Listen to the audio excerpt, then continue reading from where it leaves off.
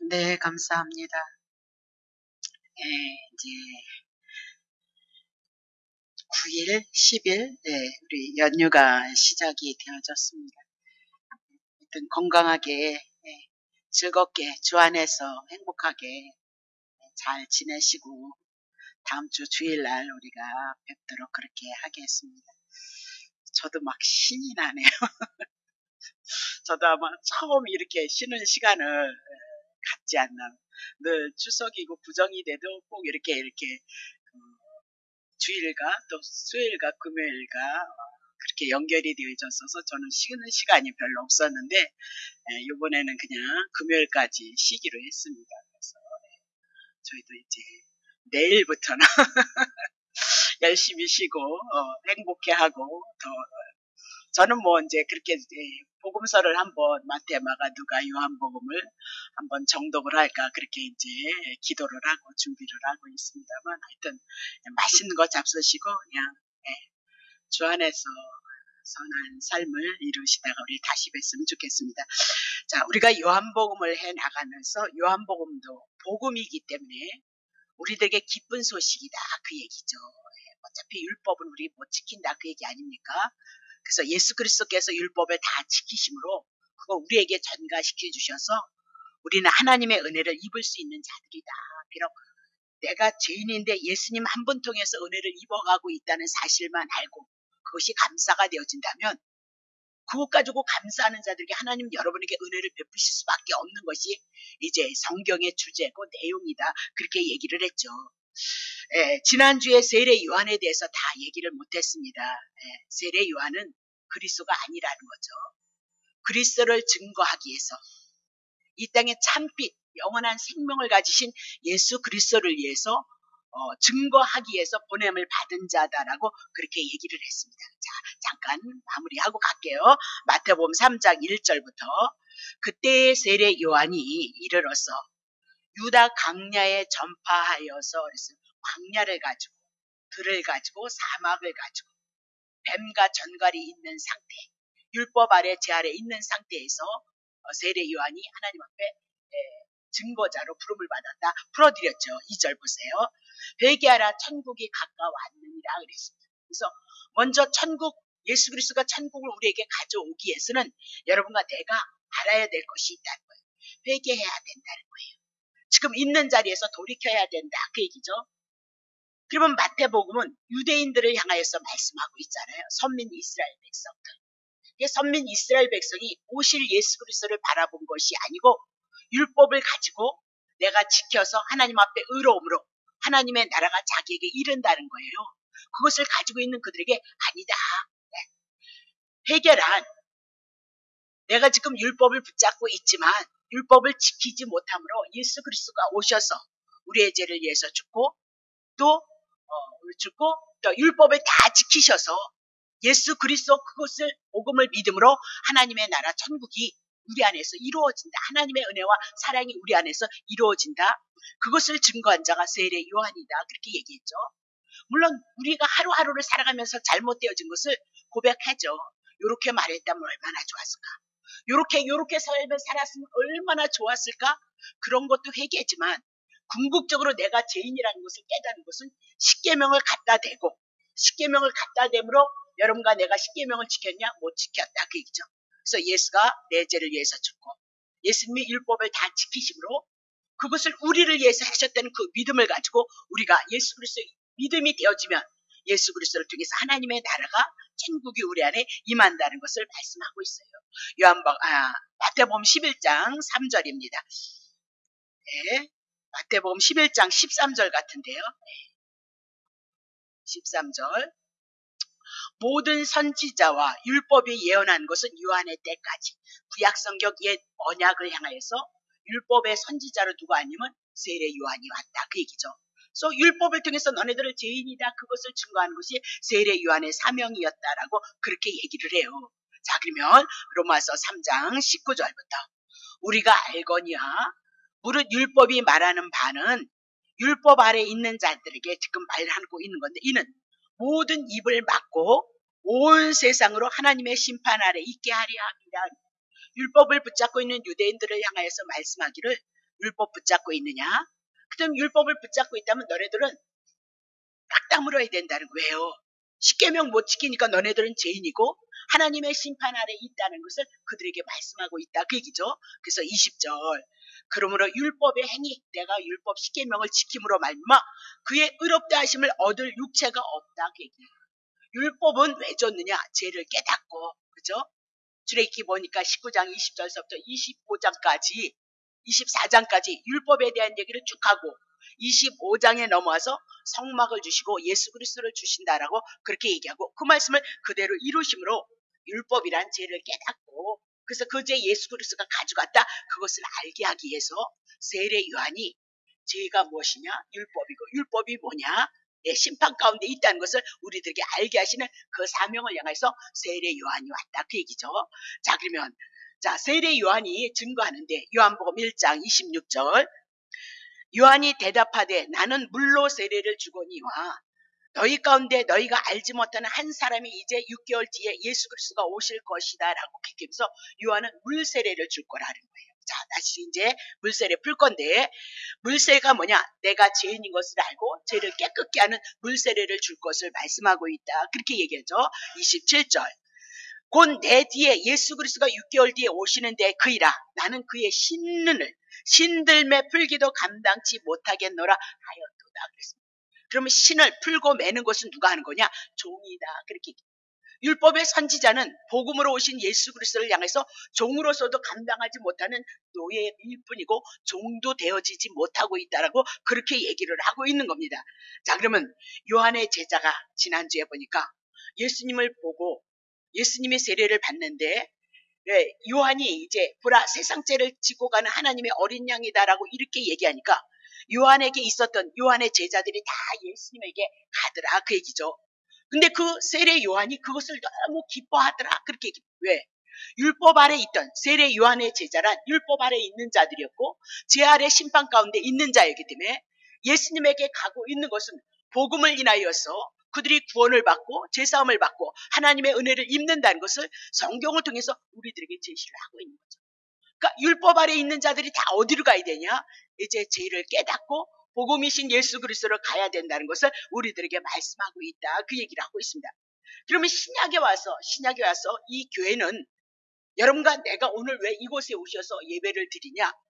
예수 그리스도께서 우리의 허물과 우리의 죄를 다 담당하심으로 말미암아 제가 주님 앞에 넘겨지고 그리고 3일 만에 부활하심으로 우리가 부활의 생명이 있다는 것을 믿는 자들이 오늘 여러분들이고 나이다 그 얘기죠. 그래서 그 예수 그리스도 피 흘리심을 통해서 세워진 교회가 오늘 여러분이고 나이고 성도이다라고 그렇게 얘기하면서 한시도 우리는 예수님의 피를 잊으면 안 된다 그렇게 얘기를 하고 있는 거죠. 예수님의 피를 잊으면 안 된다. 예수님은 우리의 허물과 죄악 이민하도 이 세상에 있는 모든 죄는 다 가져갔고 주님 오실 때까지 우리의 죄는 그분에게 넘겨졌어요. 그것을 믿는 것이 예수가 하신 그 일을 믿는 것이다라고 그렇게 얘기하면서 교회란 예수 그리스도의 그 피 흘리심을 붙잡고 가는 자들이고 그 피를 통해서 하나님의 은혜와 사랑을 오늘도 공급되어지고 있다고 믿는 자들이 성도들이다라고 그렇게 얘기를 합니다. 그럼 세례 요한이 이 땅에 율법의 선지자로 와서 증거한 것은 보라 세상 죄를 지고 가는 하나님의 어린 양이도다 그거를 증거할 것이고 두 번째는 1장 33절입니다. 요한복음 1장 나도 그를 알지 못하였으나 나를 보내어 물로 세례를 주라 하신 그 이가 나에게 말씀을 하고 있는 거예요. 그러면 세례 요한을 하나님께서 이 땅에 보내셨는데 세례 요한은 물로 세례를 주는 자로 보냈는데 그 하나님께서 세례 요한에게 말씀을 하셨다는 거예요. 그이가 나에게 말씀하셨는데 성령이 내려서 누구에든지 머무는 것을 보거든 그가 곧 성령으로 세례를 주는 이인 줄 알라 하셨기에 그 세례 요한은 예수님이 세상 죄를 짊어지고 가셨지만 두 번째는 성령으로 세례를 주는 자로 이 땅에 오셨다는 것을 세례 요한이 율법을 통하여서 증거해 나가고 있다. 그렇게 얘기를 하고 있는 거죠. 자, 그러면 하나님이 말씀하셨던 세례를 줄 때 성령이 임하는 그가 성령 세례를 줄 자이다. 그 얘기죠. 그럼 성령 세례는 누가 줄 것이냐? 하나님이 주셔야 되는데 자 마태복음 3장 16절입니다. 예수께서 세례를 받으시는데 곧 물에서 올라오시고 우리의 죄를 위해서 십자가에서 죽으셨던 그분의 사건이 물에 빠진 거고 다시 올라오는 것은 부활에 대한 사건이거든요. 하늘이 그때 딱 열리더라는 거예요. 그리고 하나님의 성령이 비둘기같이 내려서 자기의 임하심을 오시더니 그렇게 얘기를 하죠. 그럼 예수가 곧 성령 줄 자이고 그 자는 곧 누구이냐? 17절 하늘에서 소리가 있어 말씀하시되 이는 내 사랑하는 아들이고 내 기뻐하는 자도다. 예수님만이 이 땅에서 우리의 죄를 짊어지고 가실 거고 성령 세례를 베풀어 주신 하나님이시면서 하나님의 아들로 이 땅에 오실 것을 말씀하고 있다. 그 얘기죠. 요한복음 1장 34절 내가 보고 그가 하나님의 아들이심을 증거하였도다. 그렇게 하나님이시면서 하나님의 아들로 오신 분이 예수 그리스도였도다라고 그렇게 얘기합니다. 그러면 예수님이 이 땅에 33년의 생애는 성령으로 잉태되어졌고 성령의 세례를 받으셨고 성령의 이끌림을 받으셨던 생애가 예수님의 공생애이다. 그렇게 보시면 됩니다. 그러나 부활 승천하시고 하나님의 보좌의 우편에 앉으셔서 왕의 자리에 등극하심으로 아버지의 뜻대로 아들의 뜻대로 성령 세례를 주실 분은 오직 한 분 예수 그리스도이다. 그렇게 얘기죠. 그러면 사도행전 1장 8절 보세요. 오직 성령이 너희에게 임하시면 너희가 권능을 받고 예루살렘과 온 유대와 사마리아 땅끝까지 이르러 내 증인이 되리라. 그렇게 얘기를 하죠.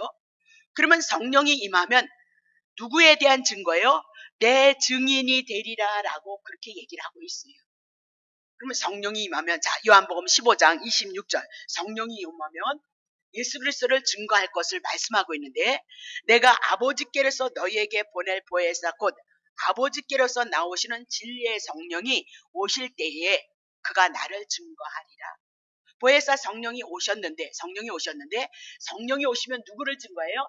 예수님이 나를 위해서 죽고 나를 3일 만에 부활하셔서 나를 산자로 하나님의 아들로서 인치는 작업을 하기 위해서 성령이 증거되어 줄 것, 예수 그리스도를 증거할 것을 말씀하고 있다. 그 얘기죠. 그러면 성령이 임하시면은 예수님이 어떤 분인가를 알게 되어지는 거죠. 예수님이 어떤 분인가를 알게 되어지고 예수님의 말씀을 우리가 깨달아지게 되어지고 그리고 예수님만을 붙들고 역사하시는 분이 성령의 역사다라고 그렇게 얘기를 하고 있습니다. 그러면 성령이 딱 임하면 우리의 허물과 우리에게 죄를 인해서 내가 심판 가운데 있었다는 것을 아는 거죠. 그래서 예수님이 우리를 위해서 십자가를 지시고 우리의 허물과 죄악을 담당하심으로 말미암아 죄의 문제 끝났다. 사망의 문제 끝났다라고 우리들에게 가르쳐주고 있다. 그 얘기죠. 그러니 오직 우리는 성령이 임하면 이 하나님의 말씀을 통해서 오직 우리에게 소망은 예수님 한 분뿐이다. 이것을 아는 자가 성령이 임한 자이다라고 그렇게 얘기를 하고 있는 겁니다. 성령이 임한 자들은 자기의 어떤 의를 드러내는 것이 아니라 오직 한 분 누구를 증거하고 있느냐? 예수 그리스도를 증거하고 있다라고 그렇게 말씀을 해요. 자, 사도행전 3장입니다. 나면서 안진뱅이 된 자를 사람이 메고 오니 이는 성전에 들어가는 사람들에게 날마다 구걸하기 위해서 미문에서 성전문에서 이렇게 앉아 있었다. 그 얘기죠. 자, 3절 베드로와 요한이 성전을 향해서 기도하러 가고 있는데 4절 요한으로 더불어 주목하여되 우리를 보라 그랬습니다. 베드로 사도 요한을 보라 그 얘기죠. 자, 그러면 5절 그가 저희에게 무엇을 얻을까 하여 은을 받기를 원했는데 6절 베드로가 가로되 은 없어 세상의 물질 나 너에게 주는 사람 아니야. 그러면서 내게 있는 거 하나 있다는 거예요. 그것이 뭐냐? 곧 나사렛 예수 그리스도의 이름을 가졌다. 나사렛 예수 그리스도. 그럼 성전의 미문에 앉았던 안진뱅이 40년의 생활을 했던 사람은 죄인이다. 그 얘기죠. 죄 때문에 40년을 향해서 안진뱅이 생활을 하고 그 문을 향해서 구걸할 수밖에 없는 인생을 말씀하고 있어요. 그래서 예수 그리스도의 이름으로 일어나라 그렇게 명하시는 사건이 일어나서 일어나더란 말이죠. 그럼 예수 그리스도를 인해서 이 성전의 미문에 안진뱅이가 어떻게 일어나느냐 그 얘기입니다. 예수 그리스도께서 오셔서 세상 죄를 짊어지고 가셨다는 그 믿음이 예수 그리스도 이름 앞에 다 있는 거죠. 그리고 3일 만에 부활하셔서 일어날 것, 살 것을 말씀하시므로 예수 그리스도의 이름을 통하여서 성전의 미문에 앉았던 이 안진뱅이가 7절을 통하여서 오르는 손을 잡아 일으키고 발과 발목에 힘을 얻어서 하나님의 성전 밖에 심판 가운데 있는 자가 하나님의 성전에 들어가는 거죠. 죄의 용서함을 받고 하나님의 나라가 임해서 그것을 안진뱅이를 통해서 일어나는 사건을 통해서 하나님의 나라가 무엇이며 예수 그리스도가 무엇을 하는지에 대해서 우리들에게 말씀하고 있다. 그렇게 얘기를 하고 있습니다. 그러니까 사람들이 막 베드로를 그냥 주목하는 거죠. 어머머머, 베드로님, 이거 막, 달라붙었다. 그 얘기죠. 그러니까 12절에 이렇게 얘기합니다. 베드로가 이것을 보고 백성들에게, 이스라엘 사람들아, 이 일을 왜 기이 여겨? 우리 개인의 권능 아니다는 거야. 사도 베드로의 권능 아니다. 그 얘기죠. 내가 하나님 앞에 율법을 지켜서 경건함으로 이런 일들이 일어나는 것이 아니다. 그렇게 얘기를 하고, 이 사람을 걷게 한 것처럼 왜 우리를 주목하고 있느냐. 그렇게 얘기를 하고 있는 거예요. 그럼 저 같았으면 아마 그랬을 거예요. 40년 된 미문에 앉은 맹이가 있었다. 나사렛 예수 이름으로 일어나서 그냥 일어나네요. 일어나면 제가 그랬을까? 기자 불러, 빨리 기자 불러. 40년 된 자가 일어났어. 내 능력이 이래. 그러니까 찍어. 아마 그렇게 자랑을 했을 거예요. 근데 베드로는 그렇지 않아요. 베드로는 뭐라고 얘기냐? 이런 권능이, 경건이 이 사람을 낫게 한 것은 자기의 기도 생활이 아니다. 그 얘기죠. 자기가 의롭고 거룩해 해서 율법을 지킨 거, 그런 힘으로 나온 것이 아니다. 오직 거저주시는 예수 그리스도, 우리를 위해서 죽고 우리를 살리신 하나님의 은혜, 그 복음이 베드로를 향하여서 예수 그리스도 이름이 던져졌을 때 하나님께서는 그를 향하여서 그리스도를 통해서 일어나고 세우는 그 역할을 지금 해나가고, 그것이 복음이다. 그렇게 얘기를 하죠. 그래서 그것이 지난주까지의 설교 내용이다. 그 얘기입니다. 자, 그럼 오늘 1장 9절서부터 13절에 대한 말씀을 우리가 은혜를 나누면, 만물을 창조하신 분이 예수님이신데 그 예수님이 이렇게 세상에 찾아왔죠. 자기의 땅에 찾아왔는데 예수님을 알아보지 못하더라. 그렇게 얘기를 하죠. 그것이 예수 그리스도를 영접하지 않은 상태이다라고 그렇게 얘기합니다. 그래서 요한복음 1장 9절을 통해서 예수 그리스도는 참빛으로 왔으니까 이 땅에 부분적으로 빛이라고 했던 것들은 빛이 아니다. 그 얘기죠. 그러니까 특별히 세례 요한이 율법을 붙잡고 10계명을 다 지키는 거 얼마나 좋냐 그 얘기입니다. 지키면 우리에게 복인데 우리는 지키지 못한다 그 얘기죠. 아담 이후로부터 모두 죄인이기 때문에 그렇게 얘기합니다. 그래서 부분적으로 선악과는 우리들에게 참 하나님의 신령한 것이지만, 너무너무 좋은 것이지만, 율법으로 우리가 하나님의 의를 이뤄드리는 거 선일 수 있다. 그렇게 얘기를 하고 있는 거죠. 그러나 우리가 온전히 지키지 못한다라고 그렇게 얘기하면서, 왜 예수 그리스도가 이 땅에 당신이 만드신 세상에 왔는데 예수를 알아보지 못하냐? 이 세상은 어둠이다. 그 얘기입니다. 죽음 가운데 있고 심판 가운데 있기 때문에 참빛인 예수 그리스도를 알아보지 못했다라고 그렇게 얘기를 하고 있습니다. 그러면 그들은 지금 참빛인 세상의 주인이신 예수님이 이 땅에 오셨는데 왜 알아보지 못했을까? 그들의 마음엔 이미라도 그들의 주인이 따로 있었다. 그 얘기입니다. 하나님이 아닌 예수 그리스도를 바라보는 그 믿음이 아닌 딴 것을 갖고 있는 자들이었다라고 그렇게 얘기를 하고, 다른 주인을 모시고 있기 때문에 오신 예수 그리스도를 영접하지 않았다 그 얘기죠. 자, 창세기에 에덴을 주셨을 때 창세기 2장 17절, 선악을 알게 하는 나무의 실과는 먹지 말라. 내가 먹는 날엔 정령중대라 해서 호세아를 통해서 이것이 하나님의 언약이었다라고 그렇게 얘기를 해요. 근데 창세기 3장 1절에 넘어오세요. 여호와 하나님이 지으신 들짐승 중에 뱀이 가장 강교하더라. 뱀이 여자에게 물어가르되 하나님이 참으로 너희더러 동산 모든 나무의 실과를 먹지 말라 하시다면서 뱀이 살짝 그럴듯하게 하나님의 말씀을 가지고 꼬시고 있는 거죠. 세상 말로 꼬시고 있는 겁니다. 자, 2절. 여자가 뱀에게 말하되 동산 나무의 실과를 우리가 먹을 수 있으나, 3절. 동상 중앙에 있는 나무의 실과는 하나님의 말씀에 너희는 먹지도 말고 만지지도 말라. 너희가 죽을까 하노라 하셨느니라. 뱀이 여자에게 이르되 너희가 결코 죽지 않아. 죽는다 그랬는데 뱀은 안 죽는다 그랬죠. 사단은. 자, 5절. 너희가 그것을 먹는 날에는 너희의 눈이 밝아 하나님과 같이 되어 선악을 알 줄을 하나님이 아심이니라. 그렇게 얘기합니다. 여자가 그 나무를 먹었어요. 자, 그러면 이미라도 5절을 통해서 뭐라고 얘기해요?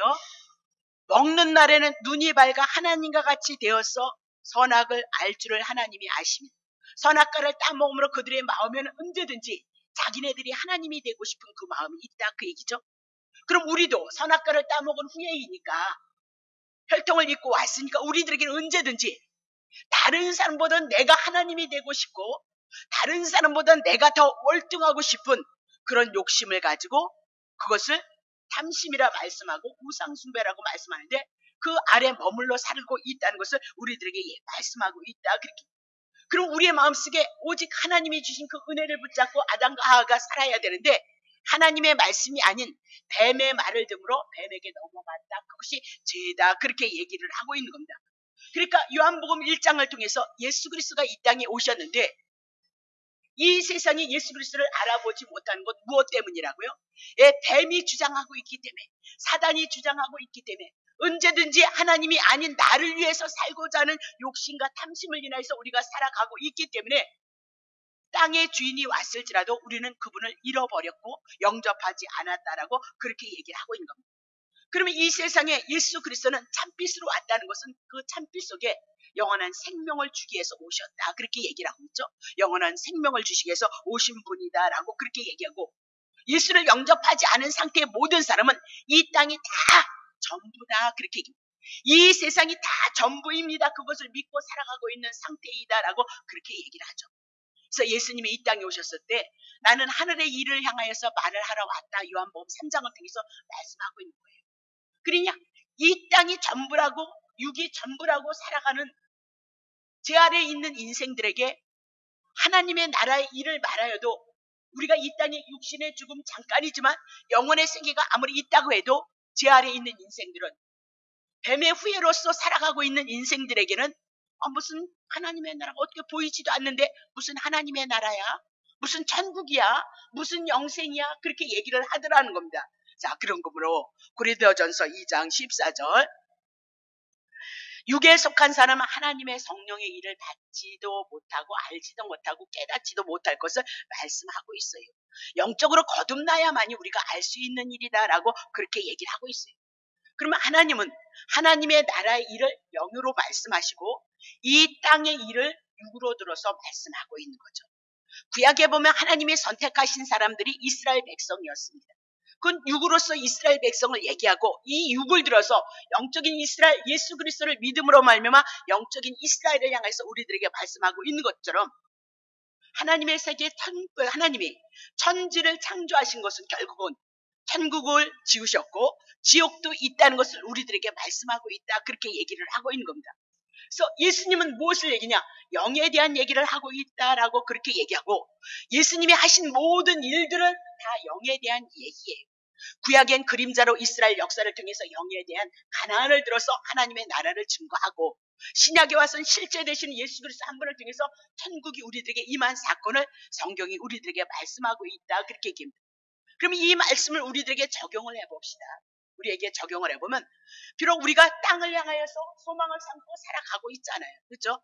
이 세상의 것을 향해서 우리가 열심히 살아갈 수밖에 없는 육신을 입고 살아가는 존재이다라고 그렇게 얘기를 하고 있습니다.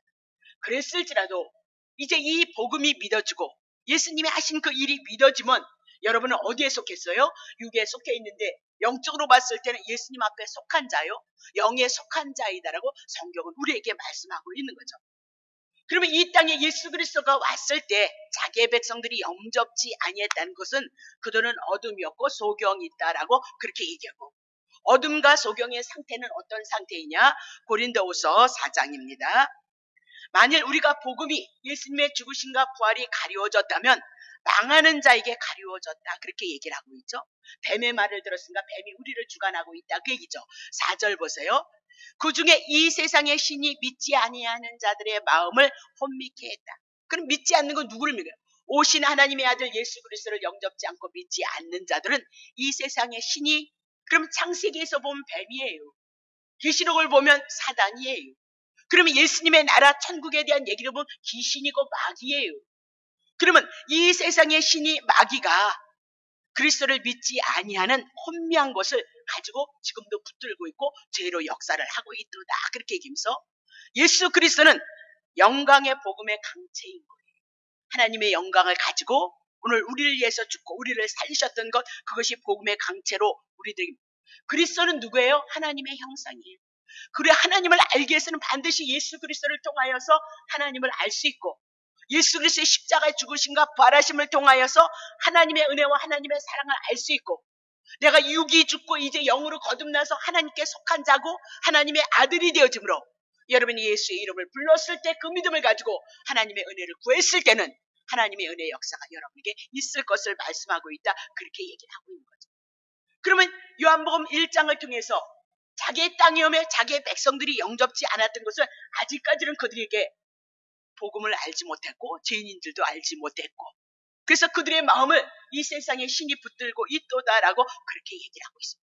그 상태를 잘 설명하는 바가 있어요. 마태복음 21장 봅시다. 한 비유를 들어서 말씀하는데, 한 집주인이 포도원을 만들고 산호를 두르고 거기에 즙자는 구유를 파고 망대를 짓고 농부에게 세를 주고 탁에 갔다는 거예요. 비유예요. 그러면 어떤 한 집주인은 한 하나님입니다. 하나님께서 이제 포도원을 만들었다는, 구약의 포도원은 이스라엘을 상징하고 신약에 보면 교회를 상징하는 거예요. 그러면 하나님께서, 예수 그리스도께서 이 땅에 오셔서 십자가에서 죽으시고 부활하심으로 교회를 만들어 주셨다는 거예요. 그리고 그 교회에 울타리를 치셨다는 거예요. 복음으로 울타리를 쳤다 그 얘기죠. 그러니 거기서 즙자는 구유, 포도즙을 짜서 열매를 맺는 구유를 파고 망대를 짓고 농부에게 세를 주고 갔다라는 거죠. 예수님이 오셔서 복음을 통하여서 이제 하나님의 귀한 사역을 맡기시고 가셨다 그 얘기잖아요. 자, 4절 보세요. 실가 때가 가까우므로 그 실가를 받으려고 자기의 종들에게, 농부들에게 보냈다. 복음을 통해서 하나님의 나라가 확장되어지고 하나님의 열매가 있기를 원해서 실가를 받으려고 종들을 보냈다는 거예요. 예수님의 제자들을 보냈다고 했죠. 구약으로 풀어야 되겠구나. 구약의 선지자들을 보내면서 33절도 구약으로 하나님 이스라엘 나라로 푸세요. 자,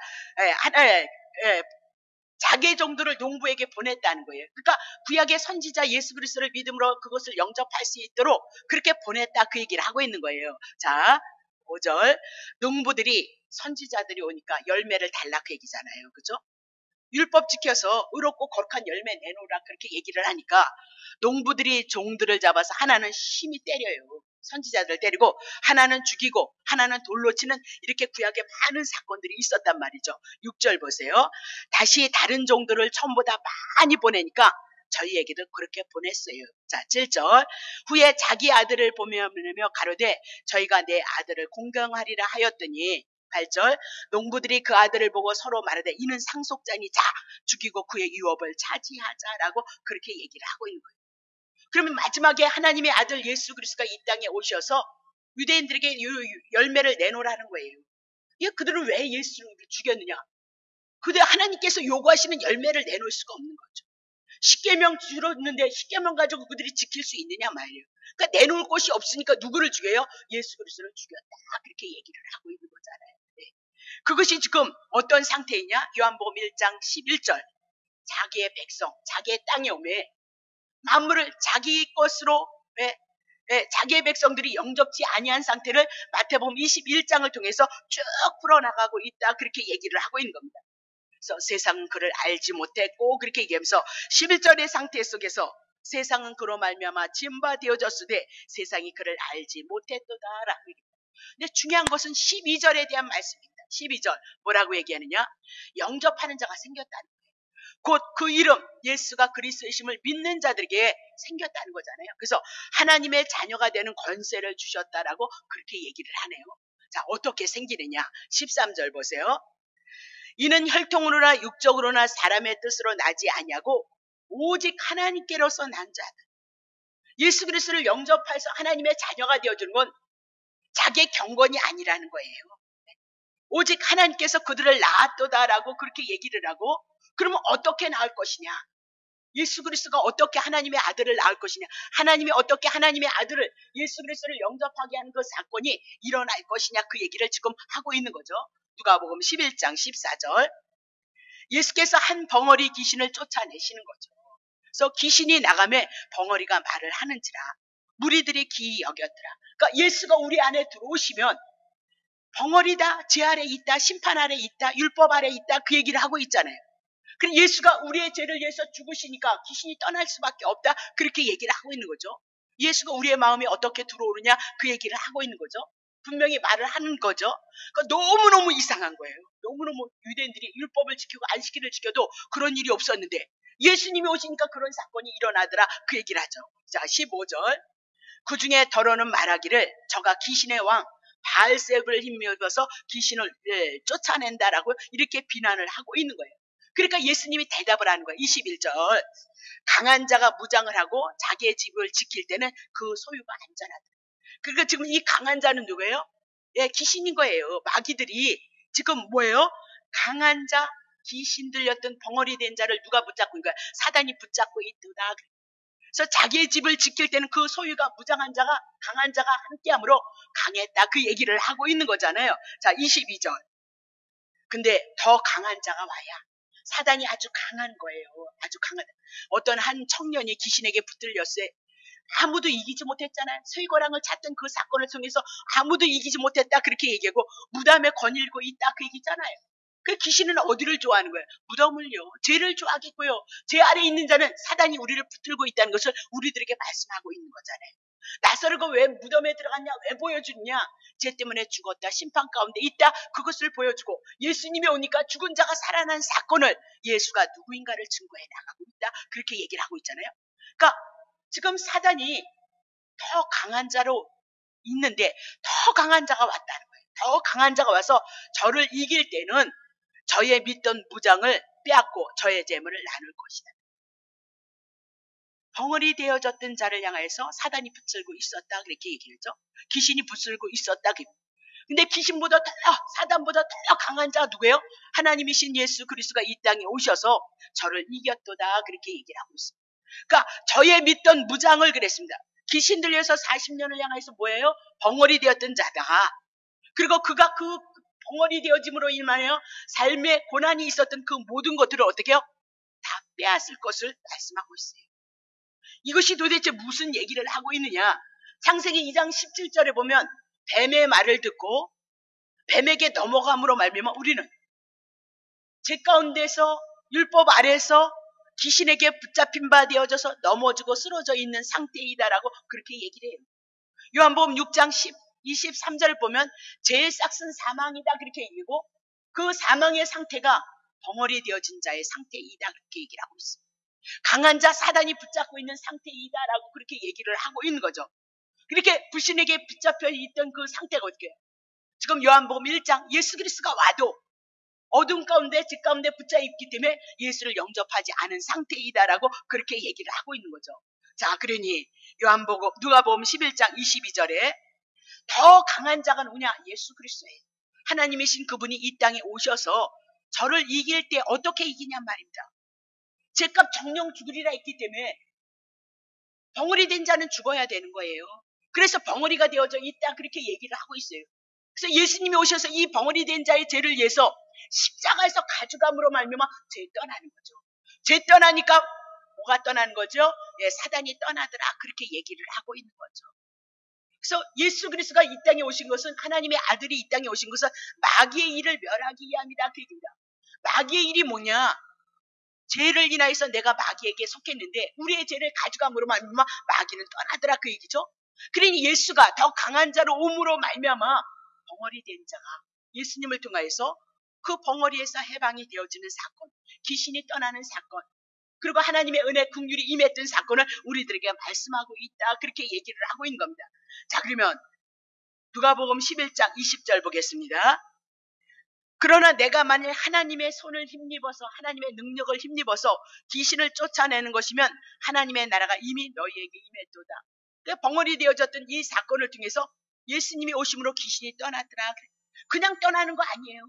예수님이 죄값 대신 지불하셨고 이 사람이 율법 지키지 못했는데 예수님이 율법 다 지켜주심으로 예수를 믿는다는 것은 어떤 것이냐? 제 문제 해결하고 율법 지켜준 거 내 것이 되어져서 내가 하나님의 은혜를 입고 하나님의 은총을 입는다는 그 믿음이 있어져야 될 것을 말씀하고 있다. 그렇게 얘기를 하고 있죠. 자, 계시록 12장 11절 보세요. 또 여러 형제가 어린 양의 피, 예수 그리스도께서 흘렸던 피, 그리고 자기의 증거하는 말, 복음의 말씀을 인하여서 저를 이겼으니. 계시록 12장을 또명해서 올라가면 예뱀, 사단, 마귀 이렇게 얘기하고 있어요. 그들을 뭘로 이겼대요? 어린 양의 피로 이긴 거예요. 죄값 정령 죽으리라 죄값 지불해주고 율법 지켜서 그것을 믿는 자들에게 그것은 뭐예요? 저를 이기었으니 예수님의 것이 우리의 것이 되어져서 우리가 이기는 것이고 벙어리 된 자가 풀려나는 사건을 우리들에게 말씀하고 있다 그 얘기죠. 그들은 죽기까지 자기의 생명을 아끼지 않냐고 무엇을 증거했어요? 예수 그리스도께서 죄의 문제, 사망의 문제, 사단의 문제 해결했습니다. 그것을 증거했다 그렇게 얘기를 하고 하나님의 나라가 이제 자기네들에게 임해서 예수 그리스도를 믿는 자는 새하늘과 새 땅 하나님의 나라에 이를 것을 말씀하고 있다 그 얘기죠. 자, 로마서 3장 23절. 모든 사람이 죄를 지었죠. 아담 이후부터 모두가 죄 가운데 있는데 영광에 이르지 못하더라. 4절. 그리스도 예수 안에 있는 구속으로 예수 그리스도가 우리를 위해서 죽고 우리를 위해서 부활했던 그 믿음으로 말미암아 하나님의 은혜로 값없이 의롭다 하심을 얻은 자가 되어졌으니 5절. 이 예수를 하나님이 그의 피로 인하여 믿음으로 말미암아 화목제물을 하나님 앞에 원수였던 우리가 이제 하나님 앞에 이렇게 화목제물로 예수 그리스도가 죽으심으로 우리가 하나님의 아들이 되어지는 그 사건이 우리들에게 벌어지고 있다라고 그렇게 얘기를 하고 있는 겁니다.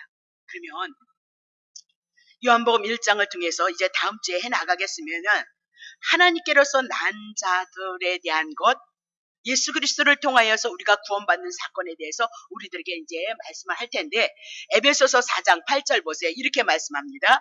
그러므로 이르기를 그가 위로 올라가실 때 예수님이 부활하시고 승천하실 때 사로잡힌 자를 사로잡고 그랬습니다. 죽음 가운데 죄 가운데 있는 자를 사로잡고 사람들에게 선물을 주셨다 함이로다라고 그렇게 얘기를 하고 있는 겁니다. 그러면 주님이 십자가에서 죽으셨던 것 사로잡혔던 자 예수님의 죽음은 죄인을 위해서 죽은 죽음이니까 끝났다 그렇게 얘기를 하고 있는 거예요. 예수님이 부활하셨을 때 사로잡힌 자들을 어떻게 해요? 네, 사로잡고 그 얘기는 예수님의 품 안에서 그들이 죽과 함께 죄에 대해서 죽고 다시 부활의 영으로 살아날 것을 향해서 말씀하고 그들에게 뭘 줬어요? 영생을 선물로 주신 것을 우리들에게 말씀하고 있다. 그럼 예수님의 죽으심과 부활로서 사망의 권세는 끝났다 그 얘기죠. 성경을 통해서 우리들 이것이 믿음이 되어지면 사망의 권세는 끝났다라고 그렇게 얘기하고 그 사망의 권세가 깨어지니까 예수님을 영접하는 상태에 예수님의 죽으심과 부활함을 통해서 이제 그 사건을 통해서 사도행전을 통해서 예수님의 제자를 통해서 부활이 무엇인고 생명이 무엇인가를 우리들에게 나타내고 있도다라고 그렇게 얘기를 하고 있는 겁니다. 그러면 우리가 이제 예수님을 만나는 예수를 믿는 자들을 만날 때마다 우리가 기억해야 될 것은 저 영혼을 향해서 예수님이 피 뿌리시고 흘리셔서 대신 죽으시고 살리시는 해산의 수고가 있어서 오늘 여러분과 내가 예수를 믿는다는 하나님의 은혜를 하나님의 희생을 하나님 앞에 감사함을 볼 수 있는 자들이 성도이도다라고 그렇게 얘기를 하고 있는 거죠. 그러니 아무쪼록 여러분과 나는 은혜 안에서 사랑 안에서 주의 법을 이뤄가기를 위해서 그냥 안 돼요. 기도하셔야 돼요. 주님의 뜻을 보고 감사함으로써 주의 뜻을 기억하고 기도함으로써 오늘 그 삶을 그래서 늘 주께가 얘기하는 것은 상번제가 그렇게 중요하단 말입니다. 아침에 일어나고 저녁에도 하나님 앞에 십자가 그 피를 통해서 은혜를 입었던 것을 기억하고 뒤돌아보면서 오직 한 번 예수 그리스도를 소망하는 그 삶을 살아가야 될 것을 우리들에게 권면하도다 그 얘기죠. 그래서 여러분들이 이런 기도를 하셨으면 좋겠어요. 에베소서 3장 14절 그러므로 이러함으로 내가 하늘과 땅에 있는 모든 족속에게 15절 이름을 주신 예수 그리스도의 이름을 주신 아버지 앞에 무릎을 꿇고 비노니 그 영광의 풍성을 따라 그의 성령으로 말미암아 너의 사람을 속으로 너의 속사람을 능력으로 강건하게 하옵시고 여러분의 외모보다도 더 중요한 것이 있어요. 여러분 속심령이 어떻냐 여러분 속심령이 예수 그리스도 그 복음에 대한 은혜를 가지고 붙잡고 감사함으로 겸손함으로 주님의 선하신 뜻을 이루기를 원하느냐 안 원하느냐 보면 됩니다. 육이 있으니까 육체의 욕망이 여러분에게 있지만 그것을 떨쳐내고 더 주님을 사랑하는 그 자리로 올 수 있는 힘과 능력이 있느냐 그렇게 얘기를 하고 있어요. 하나님은 외모를 취하지 않는다고 말씀하셨어요. 우리의 속심령 그랬습니다. 그래서 유대인이란 표면적 유대인이 아니에요. 이면적인 유대인 이면적인 내 마음 안에서 예수 그리스도 십자가 그 복음을 인하여서 붙잡고 감사함을 가지고 주님을 사랑하고 나를 좀 내려놓고 세상을 좀 내려놓고 오직 한 번 예수 그리스도를 믿고 주님의 선한 뜻을 이루기를 원하는 그 마음을 가진 자들을 이면적인 유대인으로 우리들에게 말씀하고 우리의 속사람이 강건해야 될 것을 말씀하고 있다. 그 얘기죠. 7절 믿음으로 말미암아 그리스도께서 너희 마음에 계시게 하옵시고 그럼 언제는 안 계시나요? 늘 함께 하고 있어요. 그러나 우리 안에 성령의 소욕과 육의 소욕이 분명히 우리 안에 싸우고 있다는 것을 알고 있죠. 네. 그러면 우리는 성령의 소욕에 성령의 이끌림을 받는 그 믿음으로 우리 가운데 함께 하시기를 기도하셔야 된다. 그 얘기잖아요. 너희가 사랑의 가운데서 뿌리가 박히고 터가 굳어져서.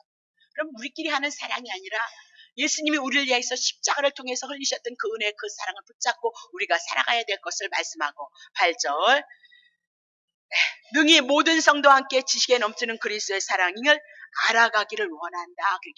그 그리스도의 사랑은 어디서 예수님은 어디 계시냐니까. 예, 신구약의 성경을 통해서 우리들에게 말씀하고 있다. 그 얘기죠. 자, 19절 그 넓이 길이 높이 길이가 어떠함을 깨달아서 먼저 깨닫고 하나님의 모든 충만하신 것으로 하나님의 충만하신 건 예수 그리스도 안에 다 담겨져 있고 복음서에 다 담겨져 있거든요. 그것이 우리에게 충만하기를 우리가 어떻게 해야 된다고요? 구하여야 된다. 그것이 뭐예요? 하나님의 나라와 하나님의 의다. 그러니까 수시로 여러분이 무시 중에서 이것이 여러분의 기도가 되어지므로 오늘도 임마누엘 시리는 하나님의 귀하신 은혜가 여러분에게 넘치시기를 예수 그리스도의 이름으로 축복합니다.